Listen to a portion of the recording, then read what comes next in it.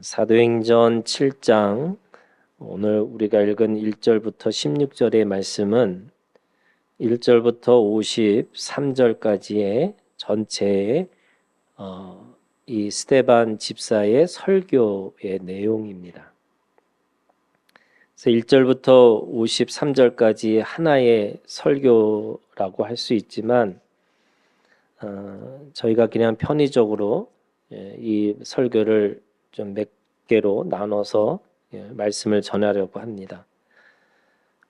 이 스데반 집사의 이 설교는 성경학자들이 하는 얘기가 이 사도행전에 나오는 여러 가지 설교의 그 본문이 있지만 이 스데반 집사의 이 설교가 하나의 표준이 된 것으로 이야기합니다. 사도 바울도 거기 있었고 그리고 모든 사람들이 그 안에 있으면서 초대교회가 가지고 있는 또는 씨름했던 그 주제들을 이 스데반 집사가 이 설교를 통해서 변증하고 있는 거죠. 그런 의미에서 오늘 이 설교는 우리에게 또는 이 사도행전 전체를 이해하는 데 있어서 굉장히 중요한 그런 설교라고 할 수 있습니다. 특별히 1절에 보면은 이렇게 묻습니다. 대제사장이 이르되 이것이 사실이냐 이렇게 묻는 거죠. 고발을 당했던 두 가지의 내용이 있었죠. 하나는 거룩한 곳, 다시 말해서 성전을 헐겠다라고 하는 이 말에 유대인들이 이 분노했던 겁니다. 왜냐하면 그들이 가지고 있는 신앙의 기준이 뭐냐면 이 성전 신앙입니다. 이 성전의 신앙은 자신들이 모든 걸 다 포기하면서까지 자기의 일터와 자기의 삶을 포기하면서까지 예루살렘, 특별히 성전 근처에 사는 이유 중에 하나가 이 성전의 신앙을 갖고 있었기 때문에 그런 거죠. 성전 신앙은 거기에 하나님의 영광, 하나님의 임재가 그곳에 있다라고 믿고 있었기 때문에 그렇습니다. 그런데 예수님 또는 예수님의 제자들 그리고 사도들은 그 성전의 신앙을 그 성전을 헐라고 그러셨고 예수님은 사흘 만에 다시 세우겠다라고 말씀하시면서 그 성전의 신앙이 다시 어떻게 보면 재해석을 하면서 그들에게는 도대체 이해가 되지 않는 하나의 논리라고 할 수 있습니다. 두 번째는 모세가 전해준 율법을 고치겠다라고 하는 겁니다.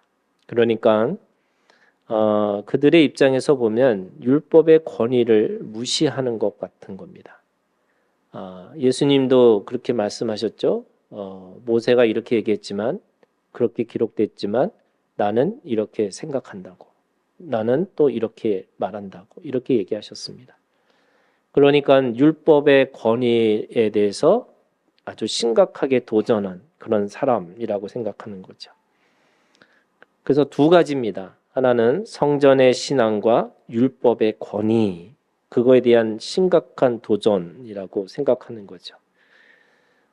우리가 읽은 1절부터 16절에 있는 이 말씀은 아브라함으로부터 시작하는 그래서 이 아브라함의 계대를 이어가는 그 계대 신앙의 역사 속에서 다시 말해서 이스라엘의 처음 신앙의 이야기를 들려주면서 그 성전 신앙이 도대체 뭐냐, 율법의 권위가 도대체 뭐냐라고 하는 것에 대해서 지금 스데반 집사가 다시 설명하고 있고 변증하고 있습니다. 그러니까 성전 신앙, 율법의 권위라고 하는 것이 그들의 생각하는 그런 관점이 아니라 조금은 다르게 생각하라 이렇게 이야기하고 있는 거죠. 1절부터 16절까지 이 아브라함의 이 계대를 바라보면서 이 스데반 집사가 했던 아주 중요한 두 가지 관점이 있습니다. 첫 번째는요, 2절에 있는 말씀입니다. 스데반이 이르되 여러분 부형들이여 들으소서. 우리 조상 아브라함이 하란에 있기 전에 메소포타미아에 있을 때에 영광의 하나님이 이렇게 시작합니다. 그러니까 지금 이 스데반 집사는 그들의 역사 또는 그들이 경험했던 하나의 과거의 이야기가 영광의 하나님이라고 하는 이 영광의 하나님으로부터 시작된다는 것을 이야기하고 있습니다. 다시 말해서 그 역사의 주체가 아브라함도 아니고 또 아담도 아니고 또 어떤 사람으로부터 시작되는 것이 아니라 바로 영광의 하나님으로부터 시작된다는 것을 아주 분명하게 이야기하고 있습니다. 그래서 2절에도 그렇고 4절에도 아브라함이 갈대 사람의 땅을 떠나 하란에 거하다가 그의 아버지가 죽음에 하나님이 이렇게 됩니다. 6절도 하나님이 이렇게 하고요. 9절에도 하나님이 그와 함께 계셔 이런 겁니다. 그래서 그가 보고 있는 역사의 주체는 사람이 아니고요. 하나님이십니다. 그래서 그 하나님이 어떻게 하셨느냐 3절에 보니까 이르시되 이렇게 얘기합니다. 6절에 하나님이 또 이같이 말씀하시되 이렇게 합니다. 그리고 7절에 이르시되 이렇게 얘기하는 거죠. 그러니까 하나님이 역사의 주인이시면서 뭘 하고 계시냐면 이르시고 말씀하시고 이르시고 있다는 거죠. 그래서 그 하나님은 그냥 하늘에서 팔짱을 끼고 인간들이 어떻게 사는지를 구경하는 구경꾼도 아니고 그 우주의 그 원리대로 그냥 그대로 내버려 둬서 그냥 그 자체적으로 돌아가게 하는 그런 시계를 만든 시계공이 아니고 그 역사 속에서 직접적으로 개입하셔가지고 끊임없이 말씀하시는 하나님으로 그렇게 현존하고 계시다는 겁니다. 왜 이것이 중요하냐면요.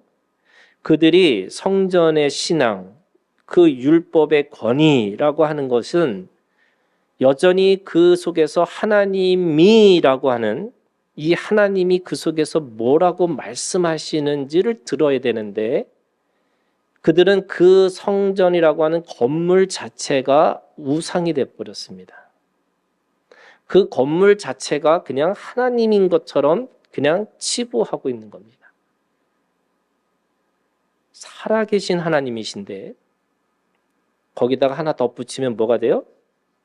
시퍼렇게 살아계신 하나님인데 그 시퍼렇게 살아계신 하나님이 뭐라고 말씀하시는지를 들어야 되는데 그들은 아무 말도 안 하는 아니 정확하게 하면 말할 수 없는 돌과 벽과 건물을 하나님인 것처럼 따르고 있다는 거예요.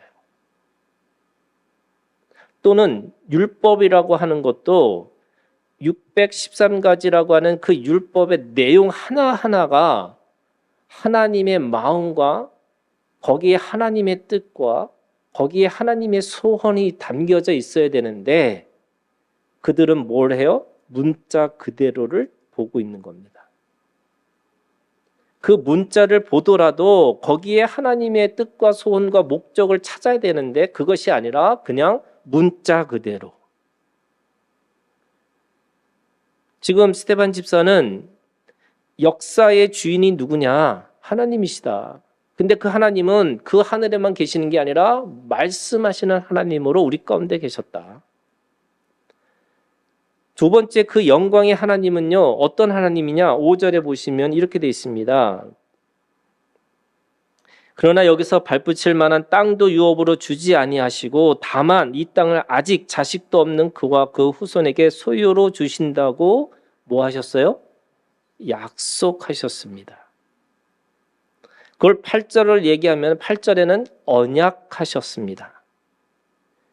그러니까 하나님은 말씀하시면서 뭐 하시냐면 약속해요. 그리고 언약을 맺습니다. 그 약속이라는 말과 언약 속이라는 말에는 무엇이 있는 거냐면 하나님을 어떤 원리 우주의 원리, 이걸 그래서 사람들은 뭐라고 하냐면 이거를 과학이라고 얘기하는 거예요. 하나 더 나가면 뭐라고 그래요? 행복의 과학. 왜요? 내가 어떤 원리를 따라가면 그 우주의 원리대로 그렇게 작동될 거라고 생각하기 때문에 과학적이라는 거예요. 여러분, 과학이라는 건 뭐냐면 똑같은 어떤 조건을 주면 똑같은 결과가 나와야 된다는 거예요. 그래야지 그게 과학이 되는 거잖아요. 근데 여러분, 하나님은 과학이 아니죠? 그죠? 과학이 아니에요. 뭐예요? 약속이에요. 인격적인 거예요. 하나님은 그때그때마다 나를 살리시기 위해서, 무슨 말이냐면요, 애굽에서 가나안 땅으로 약속하셨어요.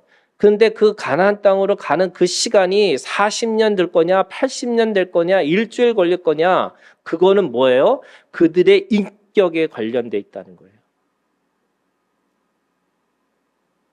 이게 사람들이 어떤 원리라고 생각하니까, 야, 그 원리대로 하면 그냥 묻지 마, 그냥 그대로 될 거야 라고 생각하는데, 여러분, 우리 인생 다 살아봤잖아요. 죄송합니다. 다 살아봤다는 얘기를 제가 아니 50 정도 되면 그냥 된 것 같아, 그냥 이렇게. 그죠? 여러분, 노력해서 성공하나요? 잘못된 가르침이에요. 여러분, 노력해서 안 돼요. 이 원리를 빨리 깨달으셔야 돼요. 그래서 세상의 말이 뭐라고 그래요? 세상의 진리, 보편적 진리가 뭔지 아세요? 운칠기삼이에요. 운이 70이고 기회가 30이 되잖아요. 무슨 말이에요? 노력해서 되는 게 아니라는 거라니까요.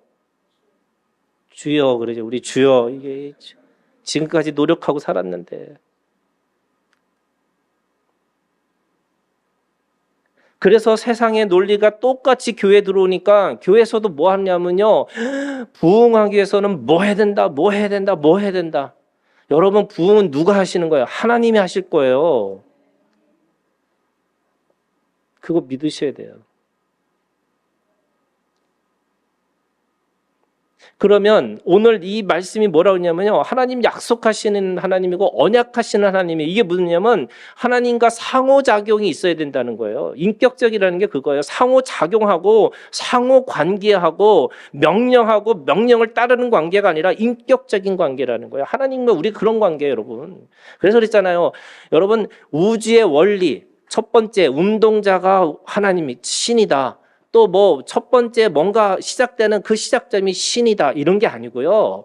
그분이 우리의 아버지가 되시고요. 그분이 우리의 신랑이 되시고요. 그분이 나의 친구가 되셨다고 말씀하시는 거예요. 인격적인 거예요.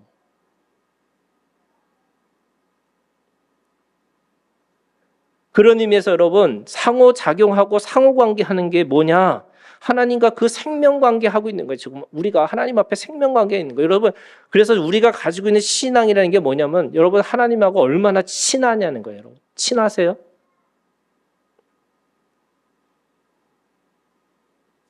하나님은 친한 존재가 아니라 뭔가 내가 뭔가 이렇게 집어넣으면 뭔가 내 소원을 들어주는 그런 소원의 그 진이죠. 요즘에 뭐 하이 비스비 뭐 이런 거 하잖아요. 하나님 그런 하나님 아니에요. 예. 인격적인 관계. 그래서 하나님이 약속하시고 언약하신다는 거예요. 그 인격적인 하나님이 어떻게 하셨어요? 2절에 보세요. 영광의 하나님이 그에게 보여, 이렇게 있어요. 5절에 보니까 그 하나님이 소유로 주신다고 약속하셨어요. 주셨어요. 8절에 그 하나님이 그 할례의 언약을 아브라함에게 주셨더니, 10절에 주심에 그리고 세워주셨어요. 하나님의 인도하심, 하나님의 살아계심, 하나님의 구원하심이라는 게 하나님의 약속에 근거하시면서 하나님이 말씀하시면서 끊임없이 오늘 우리의 역사 속에, 아니 우리들의 인생 속에서 끊임없이 지금도 그렇게 개입하고 계시다는 거예요. 그게 지금 스데반 집사가 바라보는 역사관이에요. 그들이 그냥 보이는 건물에 매여 있고 그냥 쓰여진 문자에 매여 있는 건데 그게 아니야. 하나님은 살아계시고 오늘도 우리에게 말씀하고 계시고 너에게 끊임없이 지금도 인도하고 계시고 우리를 구원하시기를 원하셔. 그게 역사가 증명하고 있다는 거예요. 그런데 두 번째 큰 틀에서 여러분 영광의 하나님이 주체인데 거기에 누가 있냐면요. 그 하나님과 관계하고 그 믿음으로 그렇게 반응하는 믿음의 사람들이 있었다는 거예요. 그래서 그게 누구예요? 아브라함. 그게 누구예요? 이삭, 야곱, 요셉. 그 믿음의 계대들, 그 믿음의 사람들을 통해서 하나님이 역사 속에서 일을 하고 계시는데 그냥 하나님이 누구를 향해서 일을 하시냐면 그 믿음의 사람들을 통해서 인격적인 관계하면서 그렇게 역사하셨다는 거예요. 성전도 아니고 율법도 아니에요. 뭐예요? 사람이에요. 그 안에 뭐가 있어요? 믿음이 있다는 거예요. 믿음. 우리가 잘 알고 있는 것처럼 히브리서 11장에 이 아브라함부터 요셉까지의 말씀이 히브리서 11장 8절부터 22절의 말씀이에요. 그게 믿음의 선진들이라고 그래요. 믿음의 사람들, 믿음의 역사에 참여했던 사람들. 그런데 여러분, 그 믿음을 히브리서는 세 가지로 얘기해요. 믿음이 도대체 뭐냐? 세 가지를 얘기해요. 첫 번째가 히브리서 11장 8절에 뭐라고 하냐면 믿음이라는 건 뭐냐? 말씀의 순종이라는 거예요. 이걸 뭐라고 그래요, 여러분? 약속에 하나님이 약속을 서로 한 거잖아요. 그러면 하나님은 철저하게 그 약속을 성실하게 지키는 것처럼 그 인간들도 우리가 그 하나님 앞에 약속받은 사람들도 성실하게 그 약속을 따라가는 사람들, 그걸 믿음의 사람이라고 얘기한다. 두 번째, 히브리서 11장 16절에 뭐라고 그러냐면 믿음이라는 게 뭐냐? 사모하는 거라는 거예요. 사모하는 거. 사모한다는 게 뭐예요, 여러분? 거기가 인격적인 관계 안에서 서로가 함께 사랑하는 마음이 있다는 거예요.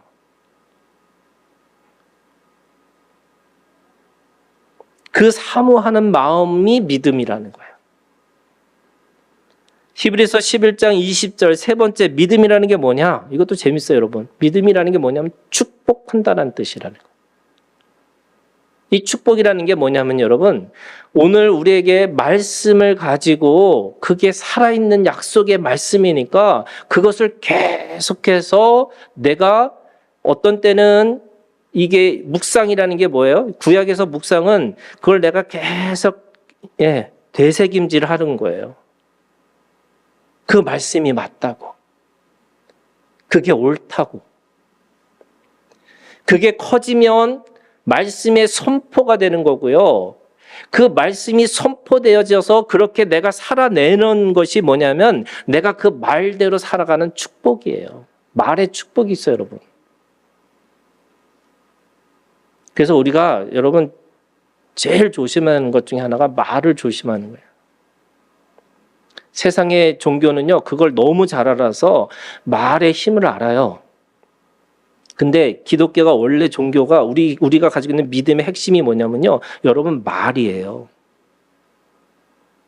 우리가 믿음의 행위에 가장 행위가 어디서 나타나냐면 여러분 입에서 나타나는 거예요.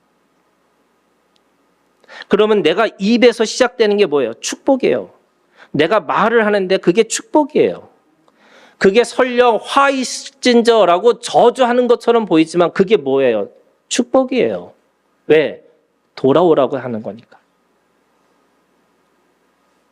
그래서 오늘 이 아브라함과 이삭과 야곱은 뭐 했던 사람이에요? 하나님의 약속에 순종하고 그 약속을 사모하고 그 약속을 입으로 시인하면서 살았던 사람들, 그 하나님이 주신 것에 대해서, 하나님이 원하시는 것에 대해서 마음으로 같이 그렇게 했던 사람들의 믿음의 역사가 우리 조상들의 역사고, 그게 믿음의 역사고 우리의 신앙의 역사고 그게 생명의 역사라고 우리에게 가르치고 있어요. 여러분 1절부터 16절까지 우리에게 주고 있는 세 가지의 교훈이 있어요. 이 말씀의 교훈이 있어요. 첫 번째가 뭐냐면요, 땅에 있는 것이 아니고요, 성전 신학과 율법의 권위는 땅에 있는 것이 아니라 하나님 앞에 있다는 거예요. 오늘 재밌어요, 여러분. 아브라함도 이삭도 야곱도 요셉도 하나님 앞에 가나안 땅이라는 그 언약을 가지고 살았던 사람인데, 그들의 인생에서요, 죽을 때까지 손바닥만한 땅조차 차지하지 않았던 사람들이에요. 근데 우리는 그들을 믿음의 사람이라고 얘기해요. 왜 그랬을까? 그들에겐 땅이 아니라 하나님이었어요. 사람들은 땅을 주셨다라고 했을 때 그 땅을 보고 있는데, 그들은 뭘 봤어요? 하나님이 이렇게 된 거예요. 하나님이 땅을 주신 거예요. 어느 순간에 하나님이 그 땅을 그냥 가져가실 때도 있어요. 그 땅을 그럼 딱 떠나면 되는 거예요. 그런데 사람들은 하나님이라고 하는 거에 관심 없고 뭐에 관심 있냐? 땅에 관심 있는 거예요. 땅. 그러면 그들의 인생은요, 실패한 인생이에요. 왜? 가나안 땅에 살았던 사람이 하나도 없었어요. 그러나 우리는 그들을 승리의, 믿음의 승리의 그런 믿음의 대가라고 우리가 고백하고 있는 거잖아요. 두 번째는 여러분, 땅에서 오는 것이 아니라 뭐에서 오는 거예요? 하늘에서 오는 거예요. 이게 무슨 말이냐면, 보이는 것은 보이지 않는 것으로부터 온다는 거예요. 가나안 땅이 왜 가나안 땅에 보이는 것은 왜 어디서 왔어요? 하나님이 약속하셨기 때문에. 그게 보이지 않는 말씀이에요. 그래서 그들에게 있어서 보이는 것에 집착하는 게 아니라 보이지 않는 게 도대체 뭔데? 여러분, 왜 하나님이 가나안 땅에 들어가게 하셨어요? 이것도 아셔야 돼요. 거기가 가장 우상이 판을 치는 땅이라는 거예요. 거기에 하나님의 것들을 보여주시겠다는 거예요. 가장 가증한 것들 속에서 가장 거룩한 것을 들어 올리시겠다는 거예요. 그래서 여러분, 우리 로마서에 있는 말씀이 뭐라고 했냐면, 죄가 많은 곳에 뭐가 있어요? 은혜가 있다는, 은혜가 더하다는. 그 우상이 판을 치는 그 땅에다가 하나님, 보이지 않는 말씀의 나라, 보이지 않는 하나님의 것, 그것을 들어 올리시겠다는 거예요. 그러면 그게 가나안 땅이지만, 여러분, 그 속에서 지금은 다른 땅일 수도 있죠. 다른 공간일 수도 있죠. 근데 사람들은 그 공간에 집착하는 거예요. 약속이 먼저인데. 세 번째, 여러분, 신앙의 그 권위는 사람들이 있는 거예요, 여러분. 권력처럼 생각해서 그것을 자기의 소유라고 생각하는 거예요. 지금 대제사장과 유대인들은 뭐냐면 성전을 내가 소유했다는 거예요. 율법은 내가 소유했다는 거예요. 그래서 내 거예요, 내 거. 나머지 성전을 안 믿는 사람은 너는 하나님의 대적이야. 너는 하나님과 반대야. 이렇게 생각하는 거예요. 이 사람들의 사고가 뭐냐면 소유라고 하는 개념을 보고 있어요. 저는 이게 어떤 거냐면, 사람들이요, 소유의 이 양식을 갖고 있는 사람들에게는 내가 뭘 갖고 있느냐를 따라서 자신의 존재라고 생각하는 거예요. 근데 하나님은 우리에게 뭐라고 말씀하셨어요? 소유가 아니라는 거예요. 그게 존재 양식이에요. 이 존재 양식과 소유 양식이라는 게 뭐냐면, 여러분, 소유라는 게 뭐냐면 내가 갖는 순간에 권리라고 생각하고 그 자신이 그걸 가지고 있는 순간에 다른 사람들을 다 적으로 만들어요. 그리고 자기가 심판자가 돼요. 여러분, 하나님은 나의 하나님이지만 여러분, 하나님은 공의의 하나님이세요. 여러분 그 안에 나도 하나님의 심판 가운데 있는 사람이에요. 나는 괜찮고 내가 무슨 짓을 해도 괜찮고 다른 사람이 잘못하면 그거 하나님 앞에 심판받을 거야 이렇게 얘기해요. 왜요? 하나님은 내 소유라고 생각하니까. 여러분 소유가 아니에요. 그래서 소유를 갖는 순간에 누군가를 증오하고 누군가를 정죄하고 그래서 그 소유를 통해서 누군가를 착취하게 돼 있어요. 하나님은 우리에게 너가 가지고 있는 존재 양식을 가지고 살으라는 거예요. 이게 존재 양식이라는 게 뭐냐면요. 하나님 앞에서 내가 어떤 존재인지를 끊임없이 들여다보라는 거예요. 그래야지 뭐가 되냐면 사랑하고 용서하고 나눌 수 있는. 그래서 그 존재 자체를 하나님이 소중하게 여기신다는 것을 알고 사는 거예요. 자, 오늘 말씀의 주제가 할례의 언약입니다. 이 할례의 언약은 성전신앙과 율법의 권위를 하나님은 할례의 언약으로 보여주셨어요. 그래서 지금 이 대제사장과 이 유대인들에게 지금 스데반 집사가 하는 얘기가 뭐냐면 할례의 언약을 가지고 성전도 바라보고 할례의 언약을 통해서 율법도 바라보라는 거예요. 오늘 우리가 읽은 예레미야 4장 1절부터 4절에 있는 말씀이 여러분 구약에 있는 말씀이에요. 그런데 구약에도 몸의 할례만 얘기하는 게 아니에요. 그게 뭐냐? 너희들이 가지고 있는 이 몸의 할례가 어디까지 가야 되냐면 오늘 이 예레미야 4장 4절에 뭐라고 얘기했어요? 유다인과 예루살렘의 주민들아 너희는 스스로 할례를 행하여 너희 마음 가죽을 베고 이 벤다라는 게 뭐냐면요. 이게 꺾이다, 베어나다, 멸하다, 끊어버리다 이 죽음을 말하는 거예요. 그건 무슨 말이냐면 내 몸의 이 할례는 내 몸의 육체의 죽음도 뜻하지만 이 마음의 할례는 내가 마음과 육의 모든 것이 죽어야지만 내가 하나님으로부터 진정한 성전, 진정한 율법이 무엇인지를 깨달을 수 있다는 거예요. 사람들은 여전히 성전을 바라보면서 이게 우리가 또 성전을 지어야 되는 거 아닌가? 이렇게 생각하는 거죠. 그래서 지금 제3의 성전을 또 지으려고 하는 사람들이 있어요. 여러분 건물이 아닌데 건물이 아니에요, 여러분. 성전 건축이 아니에요. 여러분 성전의 건축은 우리의 몸을 세우는 거고 우리의 마음을 세우는 거지 건물 세우는 게 아니에요. 그런데 왜 사람들이 여전히 지금도 보이는 것에 집착하고 있을까? 똑같아요. 하나님을 소유하려고 그러고 자신이 하나님을 믿는다라는 것을 계속해서 자기의 소유의 권력이라고 생각하는 거예요.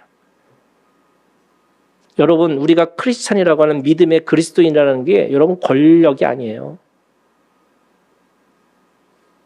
내가 하나님을 믿는다라는 말이 누군가에게 다른 사람하고 구별돼 갖고 나는 하나님 앞에 구원받고 저 사람들은 하나님 앞에 심판받아 이거 아니에요.